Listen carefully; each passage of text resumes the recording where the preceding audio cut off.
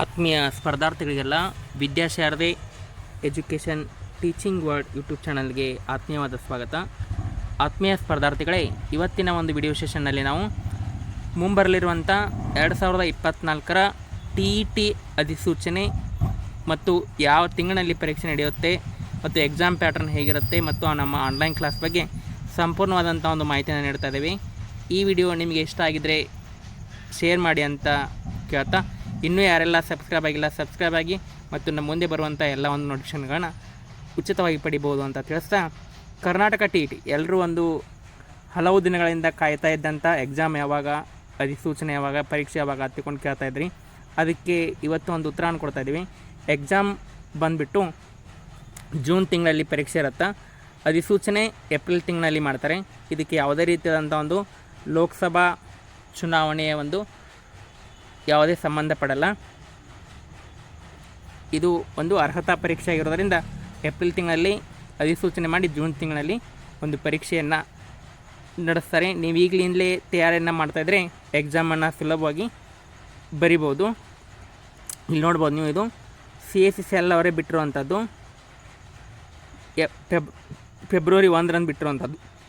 ಕರ್ನಾಟಕ ಶಿಕ್ಷಕರ ಅರ್ಹತಾ ಪರೀಕ್ಷಾ ಕೇಂದ್ರಗಳ ಒಂದು ಮಾಹಿತಿಯನ್ನು ಸಲ್ಲಿಸುವ ಬಗ್ಗೆ 2024 ಕರ್ನಾಟಕ ಶಿಕ್ಷಕರ ಅರ್ಹತಾ ಪರೀಕ್ಷೆಯನ್ನು ಜೂನ್ 2024ರ ಮಾಯಲ್ಲಿ ರಾಜ್ಯದ ಎಲ್ಲ ಜಿಲ್ಲಾ ಕೇಂದ್ರಗಳಲ್ಲಿ ನಡೆಸಲು ತೀರ್ಮಾನಿಸಿದ್ದು, ಈ ಸಂಬಂಧ ಜಿಲ್ಲೆಗಳಲ್ಲಿ ಅರ್ಜಿ ಸಲ್ಲಿಸಬಹುದಾದ ಅಂದಾಜು ಅಭ್ಯರ್ಥಿಗಳ ಅಂಕಿ ಸಂಖ್ಯೆಗಳನ್ನು ಆಧರಿಸಿ ಪರೀಕ್ಷೆಗೆ ಅಗತ್ಯ ಇರುವ ಸೂಕ್ತ ಪರೀಕ್ಷಾ ವಿವರಗಳನ್ನು ಈ ನಮೂನೆಯಲ್ಲಿ ಎಕ್ಸೆಲ್ ಸಾಫ್ಟ್ ಸಹಿ ಮಾಡಿರುವ PDF ಪ್ರತಿಯನ್ನು ಸಲ್ಲಿಸಲು ಸೂಚಿಸಿದೆ ಅಂತ ಕೊಟ್ಟಿದ್ದಾರೆ. ಅಂದರೆ ಈಗಾಗಲೇ ಎಲ್ಲ ಒಂದು ಉಪನಿರ್ದೇಶಕರ ಕಚೇರಿ ಅಂದರೆ DDP ಆಫೀಸ್ಗಳಿಗೆ ಈ ಒಂದು ಕಾಪಿಯನ್ನು ಕಳಿಸಿರುವಂಥದ್ದು ಮತ್ತು ಮುಂದೆ ಜೂನ್ ತಿಂಗಳಲ್ಲಿ ನಡೆಯುವಂಥ TET ಪರೀಕ್ಷೆಗೆ ಎಲ್ಲ ಅಗತ್ಯ ಸೂಕ್ತ ಕ್ರಮಗಳನ್ನು ಕೈಗೊಳ್ಳುವಂತೆ ಈ ಒಂದು ಮಾಹಿತಿಯನ್ನು ಕೇಳಿರುವಂಥದ್ದು. ಅಂದರೆ ಈಗ ನೆಕ್ಸ್ಟು 2024ರ ಪರೀಕ್ಷೆ ಜೂನ್ ತಿಂಗಳಲ್ಲಿ ನಡೆಯುತ್ತೆ ಮತ್ತು ಕರ್ನಾಟಕ TET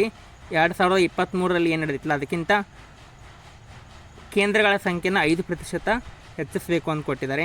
ಮತ್ತು ಪ್ರತಿ ಕೇಂದ್ರದಲ್ಲಿ ಪ್ರತಿ ಕೊಠಡಿಗೆ 20 ಅಭ್ಯರ್ಥಿಗಳಂತೆ ವ್ಯವಸ್ಥೆ ಮಾಡ್ಕೋಬೇಕು ಅಂತ ಕೊಟ್ಟಿದ್ದಾರೆ. ಉತ್ತಮ ಗಾಳಿ ವ್ಯವಸ್ಥೆ ಮತ್ತು ಕುಡಿಯುವ ನೀರು ಇವೆಲ್ಲ ಇರಬೇಕು, ಇದನ್ನು ಕೊಟ್ಟಿದ್ದಾರಂಥದ್ದು. ಇನ್ನು ಕರ್ನಾಟಕ TET ಅಧಿಸೂಚನೆ ಯಾವಾಗ ಆಗುತ್ತೆ ಅಂದಾಗ ಏಪ್ರಿಲ್ ತಿಂಗಳಲ್ಲಿ ಖಂಡಿತ ಅಧಿಸೂಚನೆ ಮಾಡ್ತಾರೆ ಮತ್ತು ಜೂನ್ ತಿಂಗಳಲ್ಲಿ ಪರೀಕ್ಷೆಯನ್ನು ಕಡ್ಡಾಯವಾಗಿ ನಡೆಸ್ತಾರೆ. ಯಾಕಂದರೆ ಈಗಾಗಲೇ ಹಿಂದೆ ಈ 2014 ಆಗಿರ್ಬೋದು, ಅದೇ ರೀತಿ 2019 ಆಗಿರ್ಬೋದು, ಅನೇಕ ಬಾರಿ ಒಂದು ಜೂನ್ ತಿಂಗಳಲ್ಲಿ ಅಧಿಸೂಚನೆಯನ್ನು ಏಪ್ರಿಲ್ ತಿಂಗಳಲ್ಲಿ ಅಧಿಸೂಚನೆ ಹೊರಡಿಸಿ ಜೂನ್ ತಿಂಗಳಲ್ಲಿ ಪರೀಕ್ಷೆ ನಡೆಸಿದ್ರು. ಇನ್ನು ಯಾರೆಲ್ಲ ಪರೀಕ್ಷೆಯನ್ನು ಬರೀಬೋದು ನೋಡಿ, ಪರೀಕ್ಷೆಯನ್ನು ಪೇಪರ್ 1 ಮತ್ತು ಪೇಪರ್ 2 ಎರಡೂ ಇರುತ್ತೆ. ಅದರಲ್ಲಿ ಪೇಪರ್ 1 ಯಾರು ಬರಿಬೋದು, ಆಮೇಲೆ ಪೇಪರ್ 2 ಯಾರು ಬರಿಬೋದು, ಎರಡು ಪತ್ರಿಕೆಗಳಿರ್ತವೆ. ಅದನ್ನು ಯಾರೆಲ್ಲ ಬರಿಬೋದು ಅಂತ ತಿಳ್ಕೊಂಡ ನಾವು ನೋಡಿದಾಗ ನೋಡಿ, ಪೇಪರ್ 1ಅನ್ನು ಬರೆಯುವಂಥವ್ರು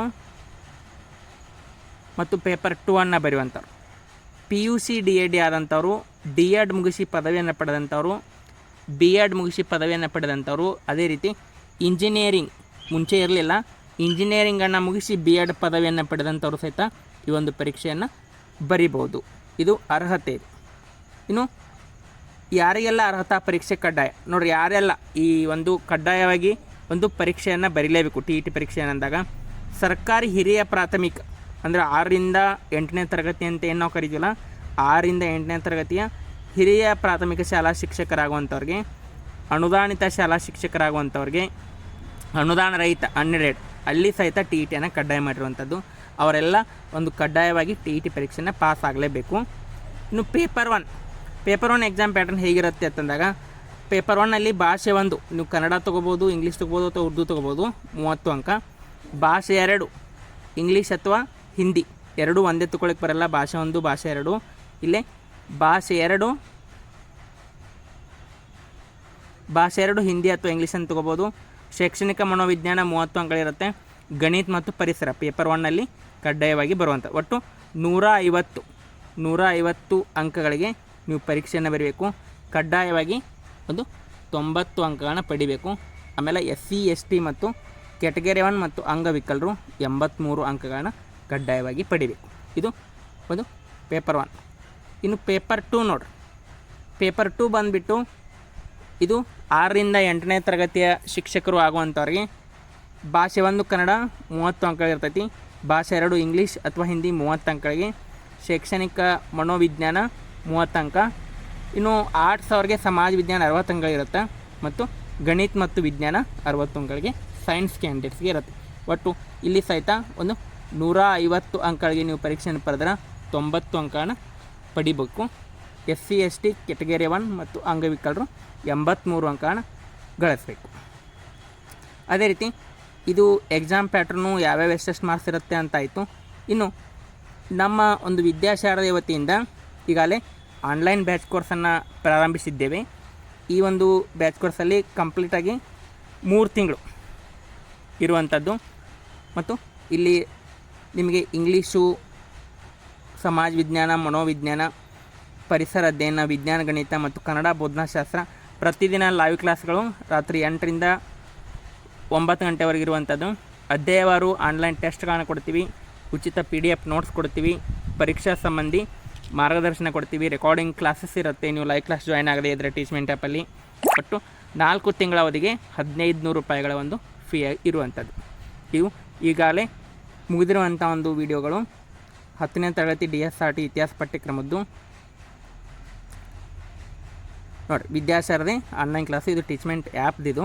ನೀವು ಯಾರೆಲ್ಲ ಅಮೌಂಟ್ ಪೇ ಮಾಡ್ತಿರಲ್ಲ ಅದು 1500 ರೂಪಾಯಿನ ಅವ್ರಿಗೆ ಟೀಚ್ಮೆಂಟ್ ಆ್ಯಪ್ ಲಿಂಕನ್ನು ಕಳಿಸ್ತೀವಿ ಮತ್ತು ಪ್ರತಿದಿನ ಲೈವ್ ಕ್ಲಾಸನ್ನು ಅಟೆಂಡ್ ಮಾಡೋದು. ಇಲ್ಲಿ ಡೌಟ್ ಕ್ಲಿಯರ್ ಸೆಷನ್ ಇರುತ್ತೆ, ಪೋಲ್ ಕೊಡ್ತೀವಿ, ಕ್ವಶನ್ ಆನ್ಸರ್ಗಳು, previous year question paper solve ಮಾಡ್ತೀವಿ. ಅದೇ ರೀತಿ PDF ನೋಟ್ಸ್ ಕೊಡ್ತೀವಿ ಮತ್ತು ಮೆಂಟರ್ಶಿಪ್ ಇರುವಂಥದ್ದು. ನಿಮಗೆ ಆನ್ಲೈನ್ ಕ್ಲಾಸ್ಗೆ ಜಾಯಿನ್ ಆಗಬೇಕು ಅಂತ ಇದ್ದರೆ 9380850076 ಈ ನಂಬರ್ಗೆ ನೀವು ಕಾಂಟ್ಯಾಕ್ಟ್ ಮಾಡಿ ಒಂದು ಆನ್ಲೈನ್ ಕ್ಲಾಸ್ಗೆ ಜಾಯಿನ್ ಆಗ್ಬೋದು. ಇದಿಷ್ಟು ಇವತ್ತಿನ ಒಂದು ತರಗತಿ. ನಿಮಗೆ ಯಾರೆಲ್ಲ ಈ ಒಂದು ಕ್ಲಾಸ್ ಇಷ್ಟ ಆಗಿದೆ ತಪ್ಪದೆ ನಿಮ್ಮ ಒಂದು ಫ್ರೆಂಡ್ಸ್ ಗ್ರೂಪಿಗೆ ಶೇರ್ ಮಾಡಿ ಅಂತ ತಿಳಿಸ್ತಾ ಎಲ್ಲರಿಗೂ ಧನ್ಯವಾದಗಳು.